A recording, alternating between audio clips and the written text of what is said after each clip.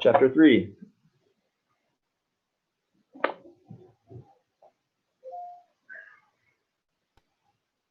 The mass psychology of racism. Racism is the Freudian slip that I just fell subject to. Apologies. This is Chapter 3, The Mass Psychology of Fascism, written by Wilhelm Reich. Chapter 3, The Race Theory. Its contents, the objective and subjective functions of ideology, racial purity, blood poisoning, and mysticism.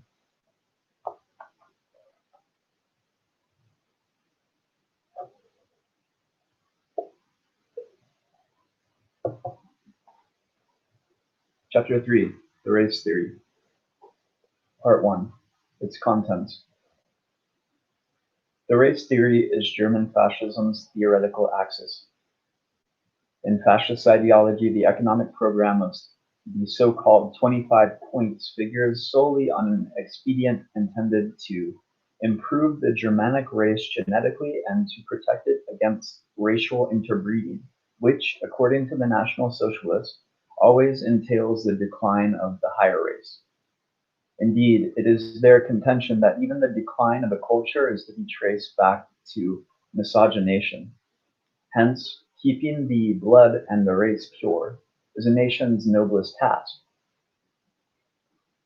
in the fulfillment of which one must be prepared to make any sacrifice. In Germany and the German-occupied countries, no means were spared in putting this theory into practice in the form of the persecution of the Jews. The race theory proceeds from the presupposition that the exclusive mating of every animal with its own species is an iron law in nature. Only exceptional circumstances, such as captivity, are capable of causing a violation of this law and of leading to racial interbreeding. When this occurs, however, nature revenges itself and uses every means at its disposal to oppose such infringements, either by making the bastard sterile or by limiting the fertility of later offspring. In every cross-breeding of two living creatures of different levels, the offspring will, of necessity, represent something intermediate. But nature aims at a higher breeding of life. Hence, bastardization is contrary to the will of nature. Natural selection also takes place in the daily struggle for survival, in which the weaker, i.e., the racially inferior, perish. This is consistent with the will of nature, for every improvement and higher breeding would cease if the weak, who are in the majority, could crowd out the strong, who are in the minority. Hence, nature subjects the weaker specimens to more severe conditions of life as a means of limiting their number. On the other hand, it does not allow the rest to multiply indiscriminately. They are subjected to a ruthless selection on the basis of energy and health. The National Socialists went on to apply the supposed law to nature to peoples. Their line of reasoning was something as follows. Historical experience teaches that the, quote, intermixing of Aryan blood, close quote, with, quote, inferior peoples, close quote, always results in the degeneration of the founders of the civilization. The level of the superior race is lowered, followed by physical and mental retrogression. This marks the beginning of a progressive decline. The North American continent would remain strong, Hitler states, quote, as long as he, the German inhabitant, does not fall a victim to defilement of the blood, unquote. That is to say, as long as he does not interbreed with non-Germanic peoples. To bring about such a development is, then, nothing less but to sin against the will of the eternal Creator. These views are unmistakably mystical. Nature regulates and wills according to reason. They are the logical culmination of biological metaphysics. According to Hitler, humanity is to be divided into three races. The founders of civilization, the upholders of civilization, and the destroyers of civilization. Only the Aryan race is considered as the founder of civilization, for it built the foundation and walls of human creation. The Asian peoples, The Japanese and the Chinese, for example, merely took over the Aryan civilization and translated it into their own form. Thus, they are upholders of civilization. The Jewish race, however, is a destroyer of civilization. The existence of inferior human beings is the chief prerequisite for the establishment of a higher civilization. Man's first civilization rested upon the use of inferior human races, and oftentimes it was the vanquished who were made to pull the plow, which only much later was pulled by the horse. As conqueror, the Aryan subjugated the inferior masses and regulated their activity in accordance with Aryan needs to compass Aryan ends. However, as soon as the subjugated peoples began to learn the language and to adopt the custom of the masters, and the clear-cut demarcation between master and slave was obliterated, the Aryan relinquished the purity of his blood and lost his sojourn into paradise. Through this, he also lost his cultural genius. We are not forgetting that Adolf Hitler represents the flowering of civilization. Blood mixture and the resultant drop in the racial level is the sole cause of the dying out of old cultures. For men do not perish as a result of lost wars, but by the loss of that force of resistance which is contained only in pure blood. Page 296 of the work cited before by Adolf Hitler. An objection and technical refutation of this basic idea is out of the question here. It borrows an argument from Darwin's hypothesis of natural selection, some elements of which are as reactionary as his proof of the origin of species from lower organisms is revolutionary. Moreover, this idea conceals the imperialist function of fascist ideology. For if the Aryans are the sole founders of civilization, then, by virtue of their divine destiny, they can lay claim to world dominion. And in fact, one of Hitler's principal claims was the expansion of the borders of the German Empire, especially toward the east, an example into Soviet Russian territory. Thus, we can see that the glorification of an imperialist war lay wholly within the compass of this ideology. Quote from Adolf Hitler, page 77, Mein Kampf. The aim for which we were fighting the war was the loftiest, the most overpowering that man can conceive. It was the freedom and independence of our nation, the security of our future food supply, and our national honor. Close quote. Here we are solely interested in the irrational origin of these ideologies, which, objectively viewed, were in conformity with the interests of German imperialism. Most of all, we are interested in the contradictions and incongruities existing in the race theory. Race theorists who refer to a biological law in support of their theory overlook the fact that racial breeding of animals is an artifact. It is not a question whether dog and cat have an instinctive aversion to interbreeding, but whether collie and greyhound, German and Slav, have the same aversion. Race theorists, who are as old as imperialism itself, want to achieve racial purity in peoples whose interbreeding, as a result of the expansion of world economy, is so far advanced that racial purity can have a meaning only to a numbskull. We do not want to enter into the other absurdities here, as if racial circumscription, and not its opposite, promiscuous mating within the same species, were the rule in nature. In the present examination, we are not concerned with the rational content of the race theory, a theory that, instead of proceeding from facts to valuations, proceeded from valuations to a distortion of the facts. Nor will arguments be of any use against the fascist who is narcissistically convinced of the supreme superiority of his Teutonism, if only because he operates with irrational feelings and not with arguments. Hence, it would be hopeless to try to prove to a fascist that black people and Italians are not racially inferior to the Teutons. He feels himself to be superior, and that's the end of it. The race theory can be refuted only by exposing its irrational functions, of which there are essentially two: that of giving expression to certain unconscious and emotional currents prevalent in the nationalistically disposed man, and of concealing certain psychic tendencies. Only the latter function will be discussed here. We are especially interested in the fact that Hitler speaks of incest when an Aryan interbreeds with a non-Aryan, whereas it is usually sexual intercourse among those who are related by blood that is designated as incest. How are such stupidities to be explained in a theory that presumed to be the basis of a new world, the Third Reich?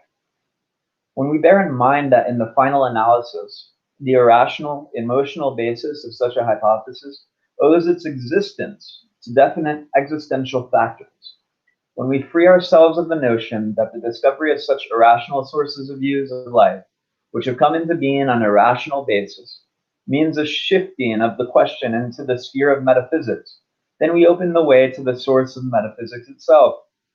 We comprehend not only the historical conditions under which metaphysical thinking arises, but also its material substance. Let the results speak for themselves. Part 2, the objective and subjective functions of ideology. The failure to differentiate between the objective and subjective functions of an ideology frequently results in a misunderstanding of the relation of an ideology to its historical function. At the outset, a dictator's views are to be understood solely in terms of the economic basis from which they originate. Thus, the fascist race theory and nationalistic ideology in general have a concrete relation to imperialistic aims of a ruling class that is attempting to solve difficulties of an economic nature. The German and the French nationalism of World War I appealed to the greatness of the nation, behind which were concealed the economic expansion tendencies of German and French big business. These economic factors do not constitute what is substantial in the corresponding ideology, but only the social soil with which they germinate. In short, they constitute the conditions that are indispensable to the genesis of such ideologies.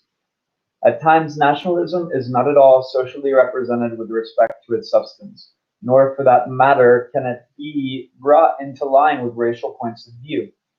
In Austria-Hungary of former days, nationalism did not coincide with race, but with the homeland, Austria-Hungary.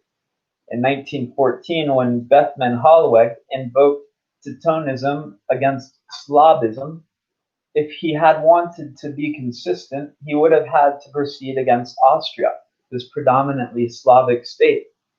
Thus, we see that while the economic conditions of an ideology give us an insight into its material basis, they offer us no immediate knowledge of its irrational core. It is man's character structure that directly constitutes this core.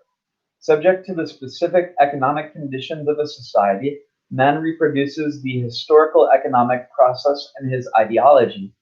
By forming ideologies, man reshapes himself.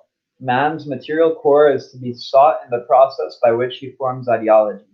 Thus, ideology appears to have a twofold material basis: the economic structure of society and the typical structure of the people who produce it, a structure that is itself determined by the economic structure of society. Thus, it is clear that the irrational formation of an ideology also makes man's structure irrational. The structure of fascism is characterized by metaphysical thinking, unorthodox faith, obsession with abstract ethical ideals, and belief in the divine predestination of the Führer. These basic features are linked with a deeper layer, which is characterized by a strong authoritarian tie to the Führer ideal or the nation. The belief in a master race became the principal mainspring of the tie to the Führer on the part of the National Socialist masses, as well as the foundation of their voluntary acceptance of Slavish submission. In addition to this, however, the intensive identification with the Führer had a decisive effect, for it concealed one's real status as an insignificant member of the masses. Notwithstanding his vassalage, every National Socialist felt himself to be a little Hitler, quote unquote. Now, however, we want to turn our attention to the characterological basis of these attitudes. We must seek out the dynamic functions that, while they themselves are determined by education and the social atmosphere as a whole, remold human structures to such an extent that tendencies of a reactionary, irrational nature are capable of taking shape in them, to such an extent that, completely enveloped in their identification with the Führer, the masses are immune to the insult heaped upon them by the label inferior. If we shut our eyes to the dazzling effect of ideologic phraseology, if we focus our attention on its irrational content, and if we know how to show its proper bearing upon the sex economic aspects of the process of ideologic formation, then the stereotype equating of racial poisoning and blood poisoning is immediately conspicuous. What does this mean? Quotes from Mein Kampf, page 247. Part 3, Racial Purity, Blood Poisoning, and Mysticism. Quote, running parallel to the political, ethical, and moral contamination of the people, there had been for many years a no less terrible poisoning of the health of the national body. Through syphilis, the principal cause of this was to be sought in the prostitution of love. The cause lies primarily in our prostitution of love. Even if its results were not this frightful plague, it would nonetheless be profoundly injurious to man, since the moral devastations which accompany this degeneracy suffice to destroy a people slowly but surely. This Jewification of our spiritual life and mammonization of our mating instinct will sooner or later destroy our entire offspring. Hitler sums up his position as follows. Blood, sin, and desecration of the race are the original sin in this world and the end of a humanity which surrenders to it. Page 249, Mein Kampf. Thus, according to this view, racial interbreeding leads to a blood interbreeding and in turn to the blood poisoning of the national body. Quote, the most visible results of this mass contamination by syphilis can be found in our children. They in particular are the sad product of the irresistibly spreading contamination of our sexual life. The vices of the parents are revealed in the sickness of the children. Page 248, Mein Kampf. Footnotes, footnote 5, page 82 of the Mass Psychology of Fascism. The following story appeared in the London Times on August 23, 1933. Quote, the son and daughter of the United States ambassador in Berlin were among the foreigners who were in Nuremberg on Saturday, August 13th, and saw a girl led through the streets with her head shaved and her shorn plates pinned to a placard suspended from her shoulders, which bore the words, I have offered myself to a Jew. Close quote. Several other foreigners were eyewitnesses of this spectacle. There are at all times foreign tourists in Nuremberg, and the parade of the girl was carried out in such a manner that few people in the center of the town could have failed to see it. The girl, who is described by one of them as being small, fragile, and, in spite of her shaving head and condition, obviously pretty, was marched in and out of the ring of international hotels by the station, through the main streets, where the traffic was blocked by the crowds, and from cabaret to cabaret. Her escort was formed of stormtroopers, and a crowd estimated by a trustworthy observer at some 2,000 people followed her about. She occasionally stumbled and was replaced on her feet by the stalwart brown shirts, who sometimes held her aloft in order that more distant onlookers might see her. And on these occasions she was hooted and derided by the crowd and jocularly invited to make a speech. For not rising when the Horst Wessel song was played, a girl at New Ruppen, near Berlin, was led through the streets of the town, flanked by stormtroopers and wearing two placards hung from her neck.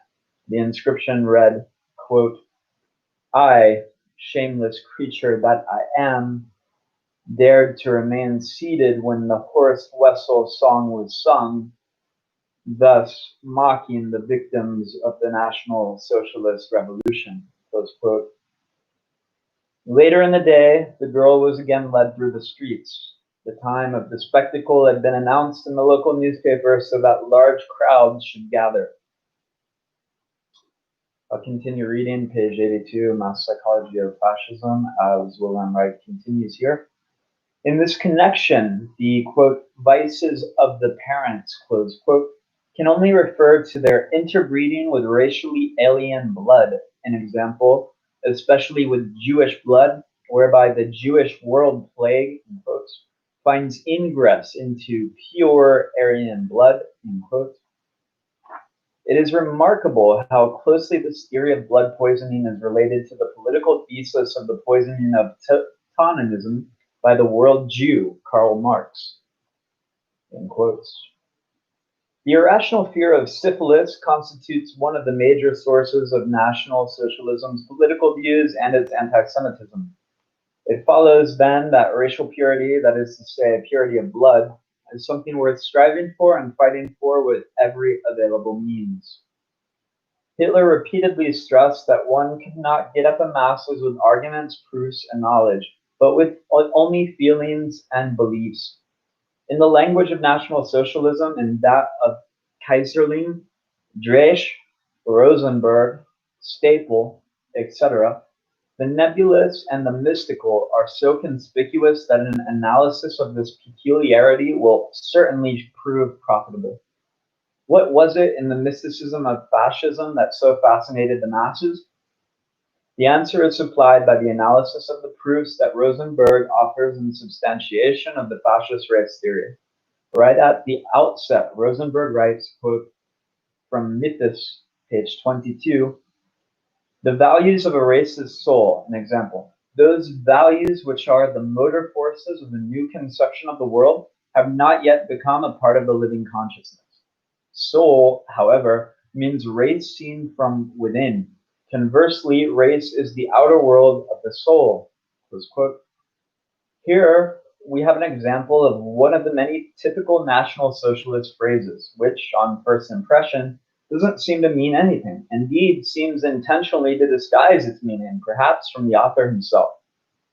To understand the political irrational impact of precisely such statements, one has to be familiar with and recognize the importance to the effect they have on the structure of the masses. Rosenberg goes on to say, hence, the history of race is the history of nature and soul mysticism at one and the same time. For the history of the religion of the blood is, conversely, the great world history of the rise and fall of peoples, of their heroes and thinkers, their inventors and artists. The recognition of this fact leads to the realization that the fight of the blood, in quotes, and the intuitive mysticism of existential phenomena, also in quotes, are not two separate things, but one and the same thing represented in different ways. Quote, fight of the blood, close quote, intuitive mysticism of existential phenomena, in quote, rise and fall of peoples, and quote, blood poisoning, end quote, open quote, Jewish world plague, close quote, are all part and parcel of the same line, which begins with, quote, fight of the blood, end quote, and ends with the bloody terror against the quote unquote Jewish materialism of Marx and the genocide of the Jews. The cause of freedom is not advanced by merely ridiculing this mysticism. It must be unmasked and reduced to its basic irrational content.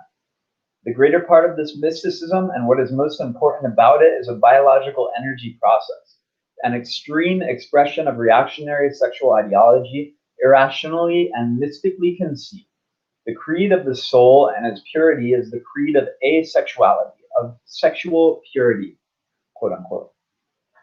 Basically, it is a symptom of the sexual repression and sexual shyness brought about by a patriarchal authoritarian society.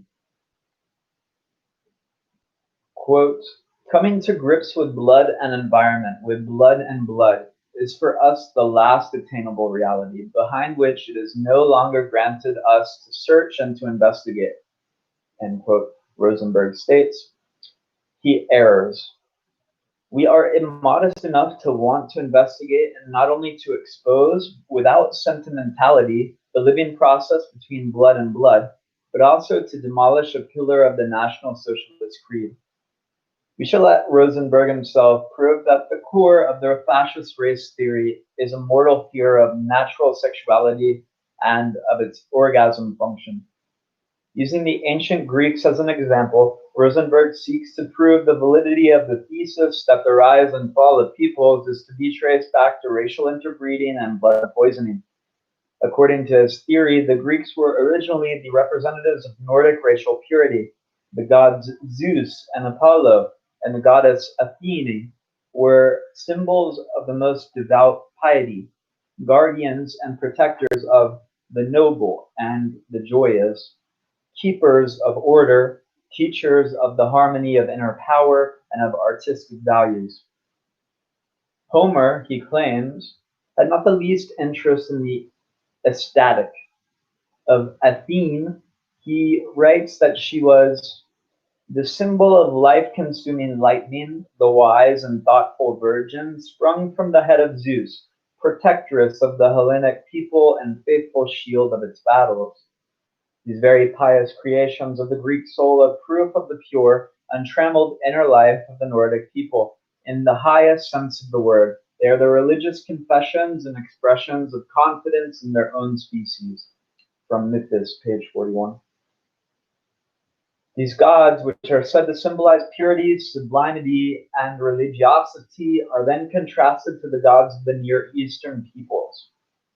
While the Greek gods were heroes of light and heaven, the gods of the non-Aryan Near Easterners are imbued with earthly characteristics. Rosenberg contends that Demeter and Hermes were the organic offspring of these souls of race. Dionysus, the god of ecstasy, sensual pleasure, unbridled maniadism, constituted the intrusion of the foreign race of the Etruscans and marked the beginning of the decline of Hellenism. In a far-fetched effort to support his thesis of the soul of a race, Rosenberg quite arbitrarily separates the gods into two categories. Those that represent the positive process of Hellenistic cultural development, he labels Greek, while the others, which also originated in Hellenism, are described as foreign gods. Rosenberg asserts that historical research, which racially falsifies and erroneously interprets Hellenism, is responsible for our misunderstanding of Greek history. In awe and veneration, the great German romantics sense how ever darker veils enshroud the bright gods of heaven, and they plunge ever deeper into the instinctual, amorphous, demonic, sexual, ecstatic, chthonic, into a veneration of the mother, and all of this was still supposed to be characteristic of the Greeks. From Mythos, page 43. The Reich continues. All forms of idealistic philosophy fail to investigate the conditions under which the ecstatic and the instinctual come into existence in certain cultural epochs. Instead, they get entangled in the abstract evaluation of these phenomena from the point of view of that cultural outlook, that elevating itself so far above the earthly, the natural, comes to naught as a result of that very elevation. We too arrive at an elevation of such phenomena, but it is an elevation based on the conditions of a social process that appear as the symptoms of decline of a civilization. In this way, we are able to recognize the forces that impel forward and those that retard, and to comprehend the phenomenon of decline as a historical event, and last but not least, to seek out the seed of the new cultural form and to assist its germination. When Rosenberg, in view of the decline of 20th century authoritarian civilization, reminds us of the fate of the Greeks, he puts himself on the side of conservative historical tendencies despite his protestations of a revival of Tautonism. If we can proceed and succeed in understanding the standpoint of political reaction, we shall have gained a significant insight into the attitude toward cultural revolution and its sex-economic core. For the reactionary cultural philosopher, there are only two possibilities: resignation and skepticism, or the turning back of the wheel of history by revolutionary means.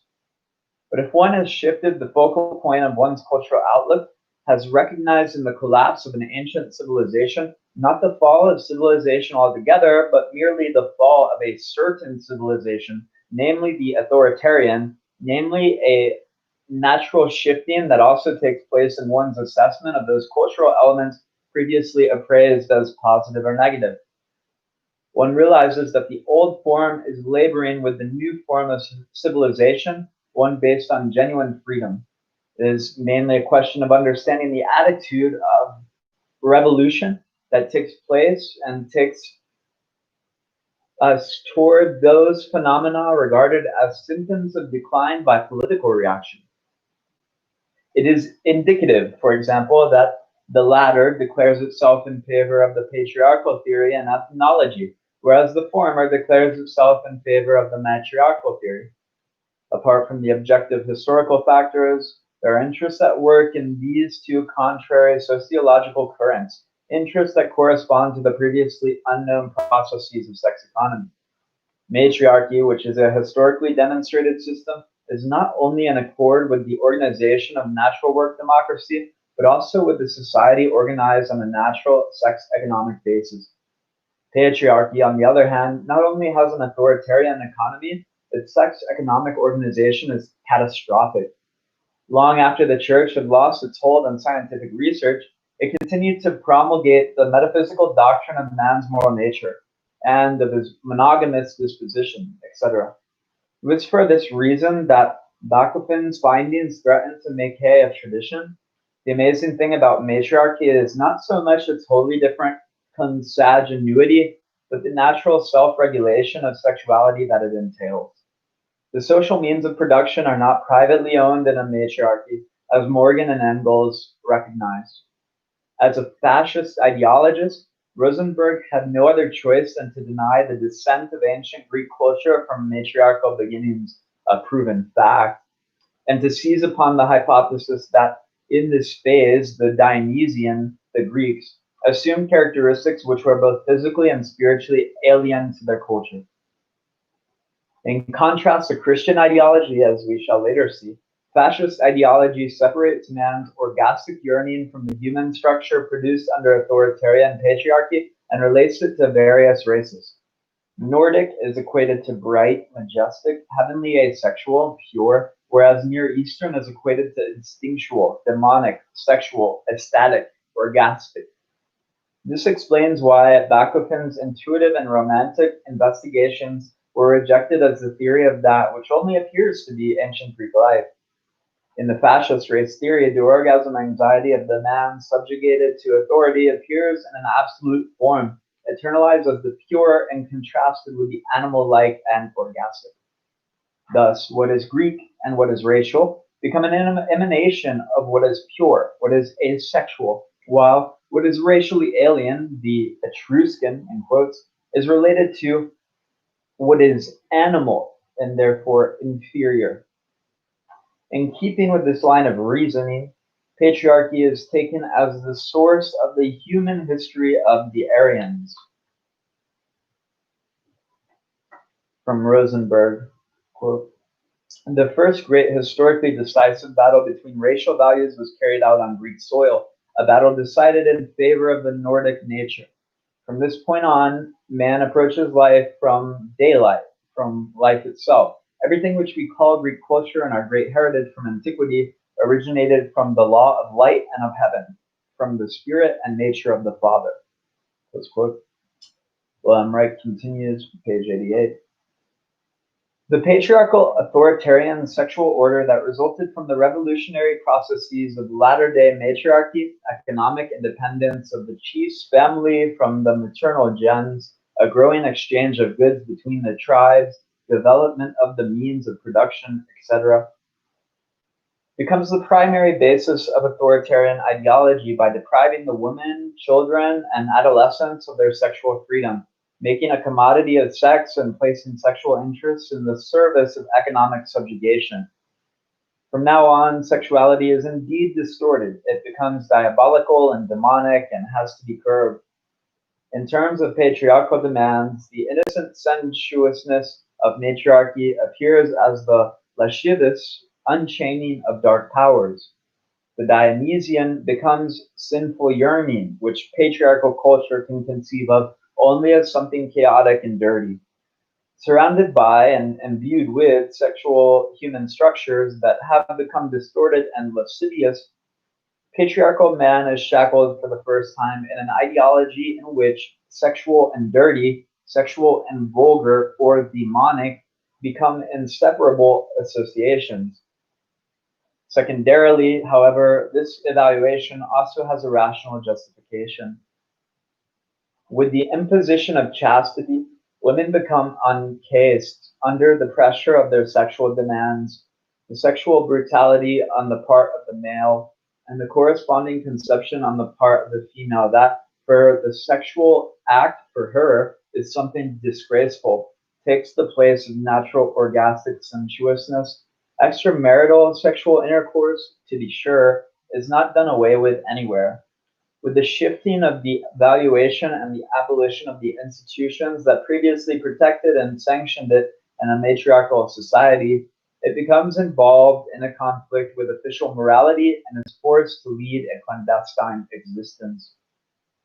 The change in the social attitude towards sexual intercourse also affects a change in the inner experience of sexuality. The conflict that is now created between the natural and sublime morality disturbs the individual's ability to gratify his needs. The feeling of guilt now associated with sexuality cleaves the natural orgastic course of sexual coalescence and produces a damming up of sexual energy, which later breaks out in various ways. Neuroses, sexual aberrations, and antisocial sexuality become permanent social phenomena. Childhood and adolescent sexuality, which were given a positive value in the original matriarchal work democracy, fall prey to systematic suppression, which differs only in form. As time goes on, this sexuality, which is so distorted, disturbed, brutalized, and prostituted, advocates the very ideology to which it owes its origin. Those who negate sexuality can now justifiably point to it as something brutal and dirty. That this dirty sexuality is not natural sexuality, but merely patriarchal sexuality is simply overlooked. And the sexology of latter day capitalistic patriarchy is no less affected by this evaluation than the vulgar views. This condemns it to complete sterility. Later, we shall see how religious mysticism becomes the organized center of these evaluations and ideologies. For the present, we must merely bear in mind that religious mysticism denies the sex economic principle altogether and condemns sexuality as a sinful phenomenon of humanity, from which only the hereafter can deliver us. Nationalistic fascism, on the other hand, transfers sexual sensuality to the alien race, which is relegated to an inferior status in this way. From now on, the depreciation of the alien race coincides organically with latter day patriarchal imperialism. In Christian mythology, God never appears without his counterpart, the devil, as the god of the underworld, and the victory of the divine God over the infernal God becomes the symbol of human elevation. This confrontation is also depicted in Greek mythology by the struggle between orgastic biosexuality and strivings that demand chastity. To the abstract moralist and to the mystifying philosopher, this confrontation appears as the wrestling of two essences or human ideas, one of which is regarded as vulgar from the outset, while the other is looked upon as the truly human or superhuman. However, if this struggle of essences, as well as the valuations attached to them, are traced to their material fountainhead, if they are arranged in their proper place and the sociological fabric and sexuality is given its due as a historical factor, we arrive at the following facts. Every tribe that developed from a matriarchal to a patriarchal organization had to change the sexual structure of its members to produce a sexuality in keeping with its new form of life. This was a necessary change because the shifting of power and of wealth from the democratic gens to the authoritarian family of the chief was mainly implemented with the help of the suppression of the sexual strivings of the people. It was in this way that sexual suppression became an essential factor in the division of society into classes. Marriage and the lawful dowry it entailed became the axis of the transformation of the one organization into the other. In view of the fact that the marriage tribute of the wife's gens to the man's family strengthened to the male's, especially the chief's, position of power, the male members of the higher ranking gens and families developed a keen interest in making the nuptial ties permanent. At this stage, in other words, only the man had an interest in marriage. In this way, natural work democracy's simple alliance, which could be easily dissolved at any time, was transformed into the permanent and monogamous marital relationship of patriarchy. The permanent monogamous marriage became the basic institution of patriarchal society, which it still is today. To safeguard these marriages, however, it was necessary to impose greater and greater restrictions upon and to depreciate natural genital strivings. This applied not only to the lower class, which was subjected to greater and greater exploitation. It was precisely those classes that until then had not known any cleavage between morality and sexuality that were now forced to experience this ever-deepening conflict. But let it not be assumed that this compulsive morality had an external effect only. Its full force is not felt until it has become internalized, until it has become a sexual inhibition anchored in the structure. Different aspects of the conflict will predominate during different stages of this process. In its initial stages, it is sexual need that wins the upper hand. Later, it is the compulsive moral inhibition that prevails. When the entire social organization is plunged into a state of political upheaval, the conflict between sexuality and compulsive morality will of necessity reach an acute peak. Some will view this state of affairs as moral degeneration, while others will see it as a sexual revolution.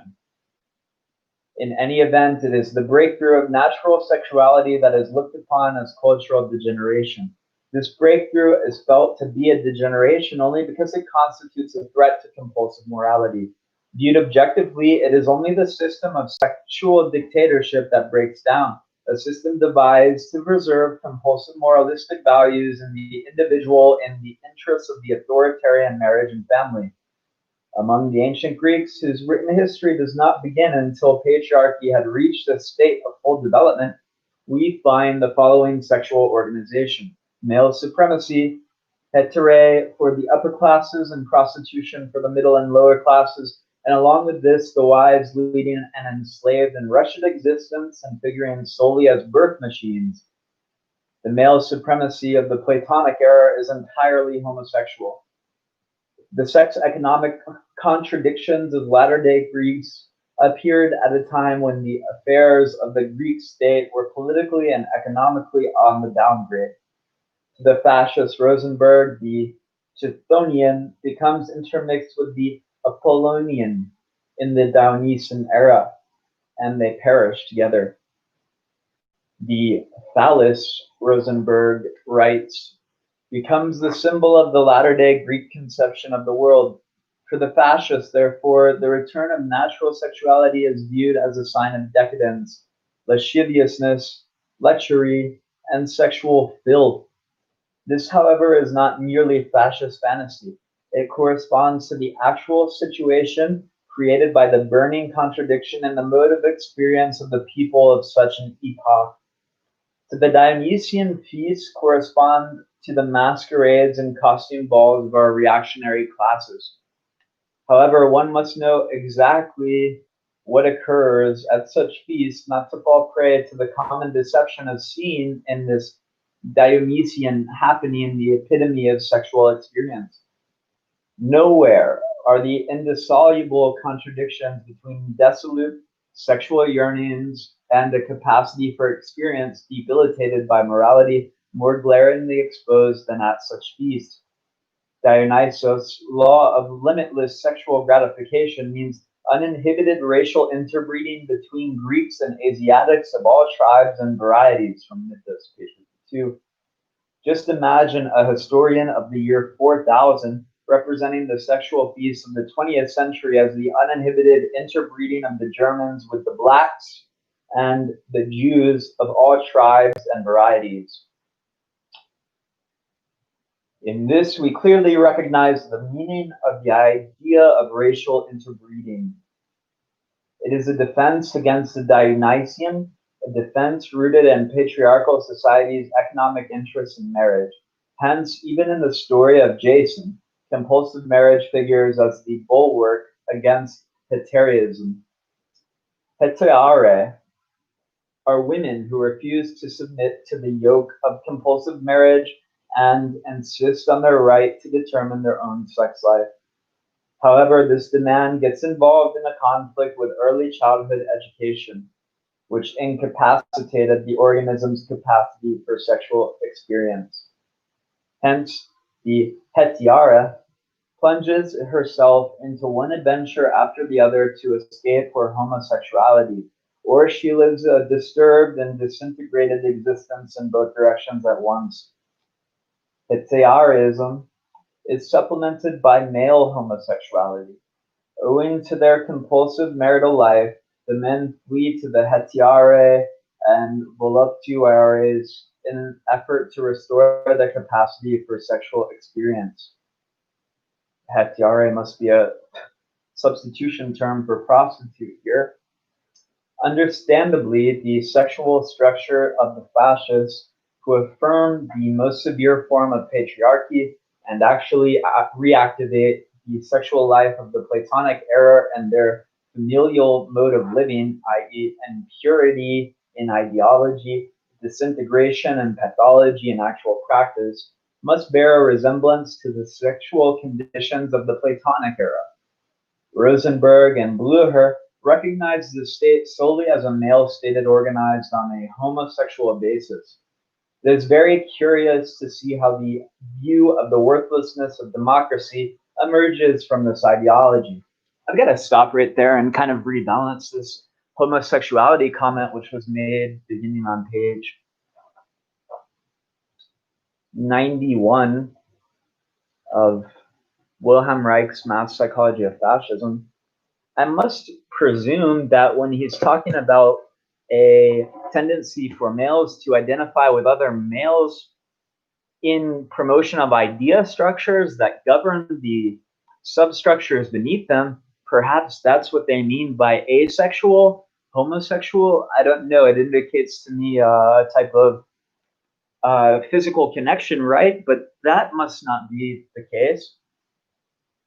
Definitely not in church society when you have celibate priests, not only also celibate teachers in that time who would forego relationships with women altogether and live a life of isolation in a physical relation capacity, many people not wishing even to be touched. I'm not exactly sure where he's getting along with the homosexual comments. I do know that in Middle Eastern societies at this time, it was common to have older men with slave boys, known as jingle boys. You ring a bell, and the boy goes into the room and does whatever the old man says. In Greek culture, I'm only a student of the forms of love advanced by Greek philosophers like Eros and so forth. But I've never really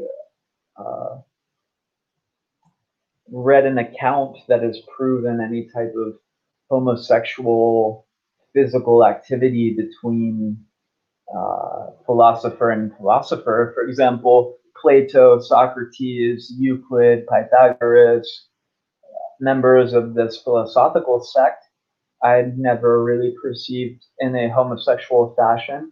And yet, what Wilhelm Reich is trying to advance by connecting the sexual physical act and orgasm here is that it's one of the highlights of Greek culture. I don't necessarily agree with that. I don't think that that's necessarily been proven in any college text that is relating to Greek philosophy in any way, form, or fashion. And I don't see why Greek philosophers of the intellectual light and prestige owing to someone like Plato or even Euclid necessarily wouldn't have wives or female slaves who they may have sexual interactions with at any point. I don't understand why that would be foregone in this book. I'm sure that the interaction of Platonic masters, these masters of philosophy who had female slaves, for instance, may be omitted from this book. As a matter of fact, I wouldn't be surprised if that's omitted from this book, that activity altogether. Whereas it may have been typical for male philosophers to have male slaves in that society, I have heard of that, right? However, I don't think that lends to a necessity to have it assumed by a reader that slave owners in Roman or Greek society would necessarily be homosexual. I think that's a stretch, and I have an intuition. I would be interested to see if Wilhelm Reich mentions that in this book. So while he's trying to advance this orgone energy theory, I have to interject and say that he's forgoing altogether this this important element that homosexuality in terms of physical companionship, men with other men, I've never seen in any text. So that would be something that's an anomaly in this book to me. Anyway, I'll continue.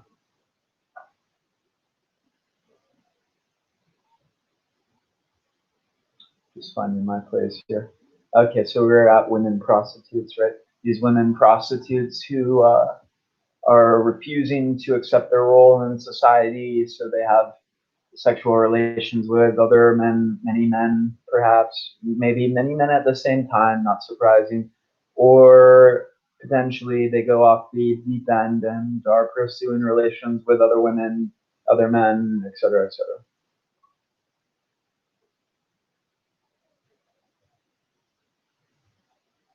We begin at page 92 from Wilhelm Reich, continuing. Heterism is supplemented by male homosexuality. Owing to their compulsive marital life, the men flee to their hetaiare and voluptuaries in an effort to restore their capacity for sexual experience. Understandably, the sexual structure of the fascists, who affirm the most severe form of patriarchy and actually reactivate the sexual life of the Platonic era and the familial mode of living, i.e., purity and ideology, disintegration, and pathology in actual practice, must bear a resemblance to the social conditions of the Platonic era. So I don't get along with this. I don't agree with this, my friend. Rosenberg and Blücher recognize the state solely as a male state organized as a homosexual basis. There's where I must have overlooked. Wilhelm Reich is stating that it is merely Rosenberg, a Jew at this time. Rosenberg and Blücher, sounds German, could have been a German Jew, recognized the state solely as a male state organized on a homosexual basis. So he's saying right there, he's not advocating this necessarily. He is stating, Wilhelm Reich is stating, this was a theory that was propagated in terms of propaganda, anti-fascist propaganda. Now we see.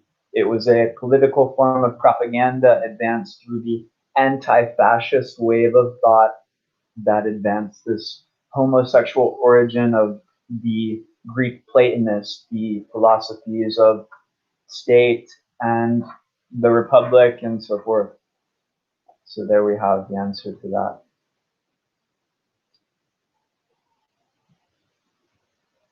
Wilhelm Reich continues, page 93, chapter 3, the race theory.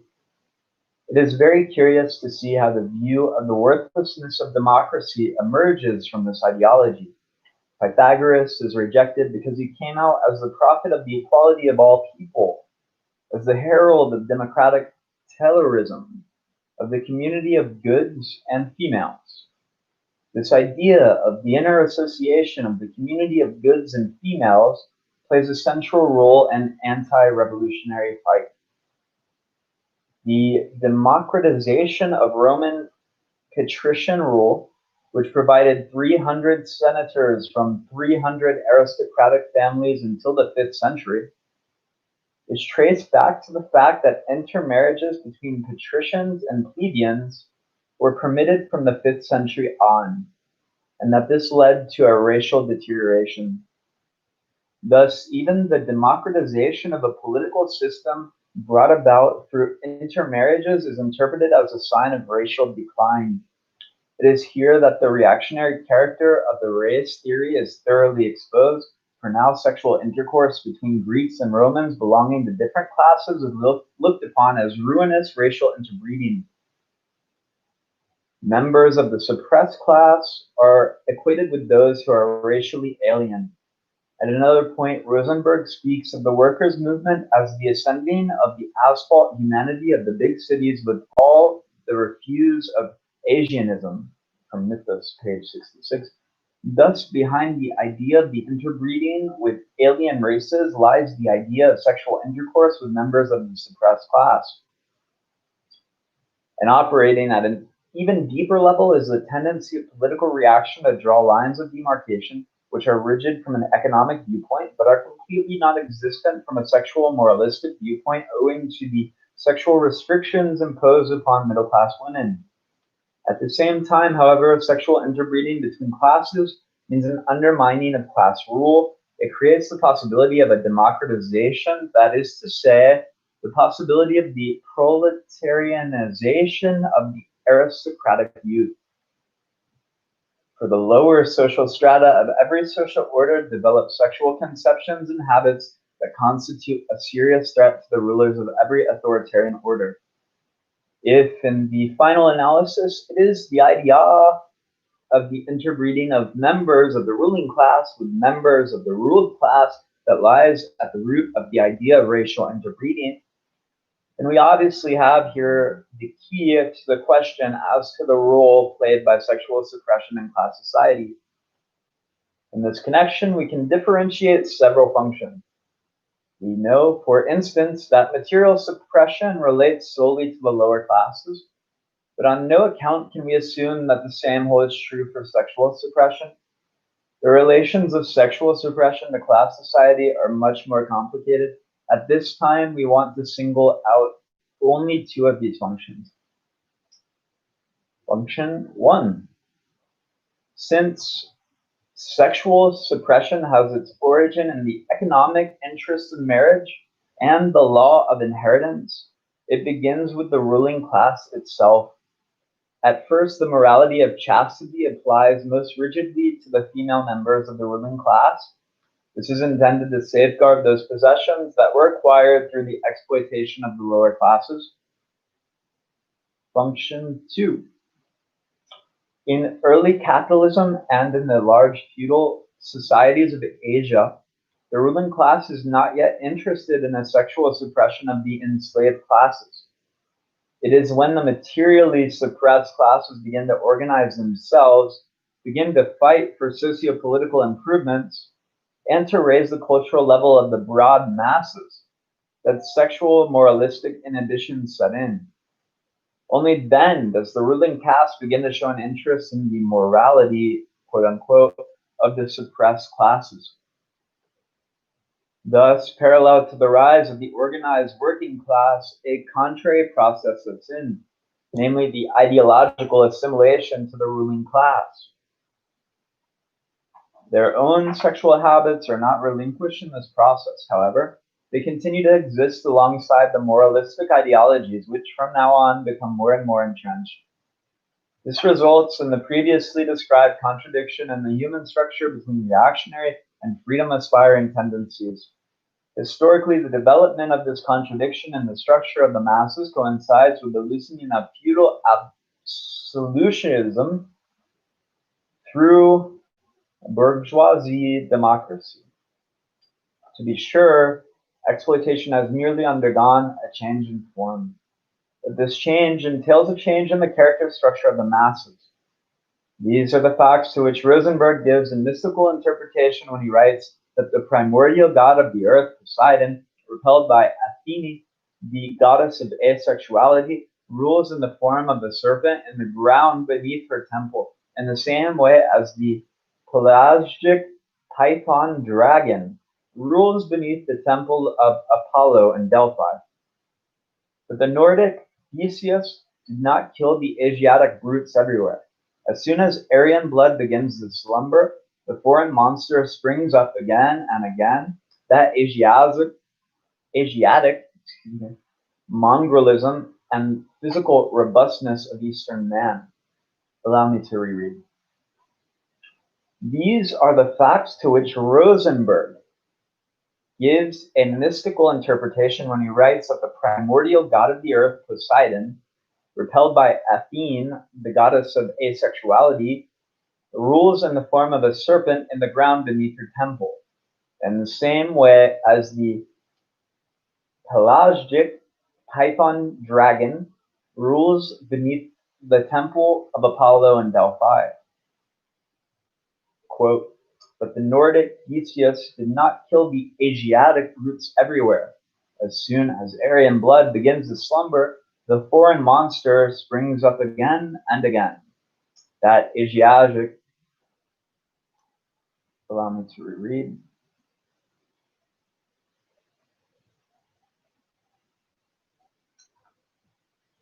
Quote, but the Nordic Theseus did not kill the Asiatic brutes everywhere. As soon as Aryan blood begins to slumber, the foreign monster springs up again and again. That Asiatic mongralism and physical robustness of Eastern man. Close quote. I think he refers to the Asian face, right? It's like that typically, I don't mean to sound stereotypical, but the stereotypical Asian face or Asiatic face is expressionless. I think that may be what they refer to with mongralism. It's a type of disposition and the expression of one.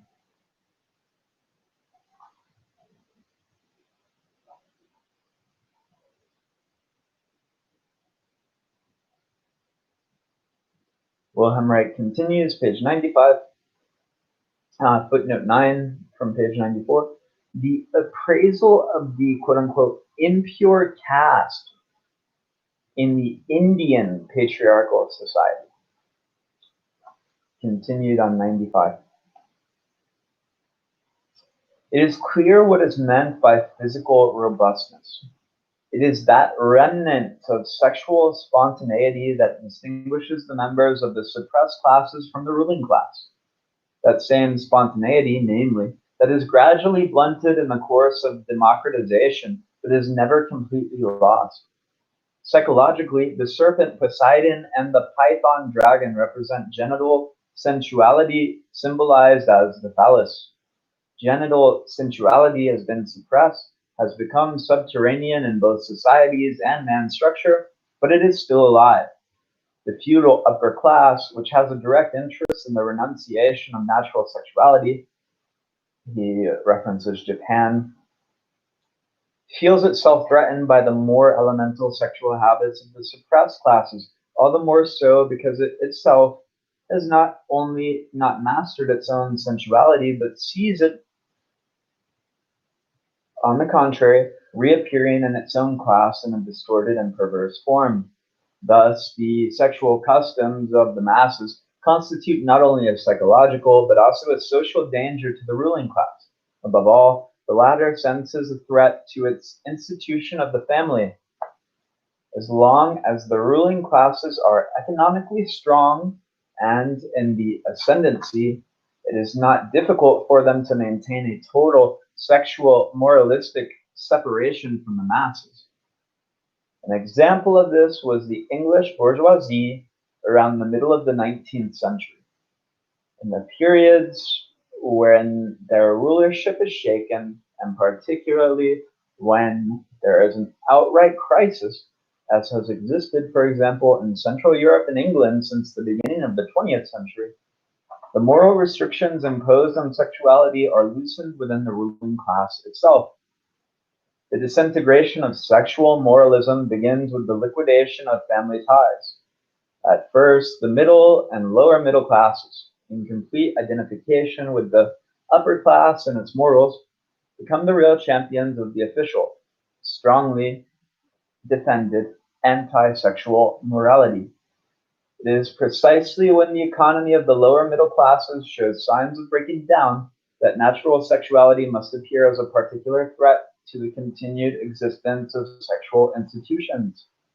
Since the lower middle class is the mainstay of the authoritarian order, the latter attaches special importance to its morality and to its remaining uncontaminated by the influence of inferior races.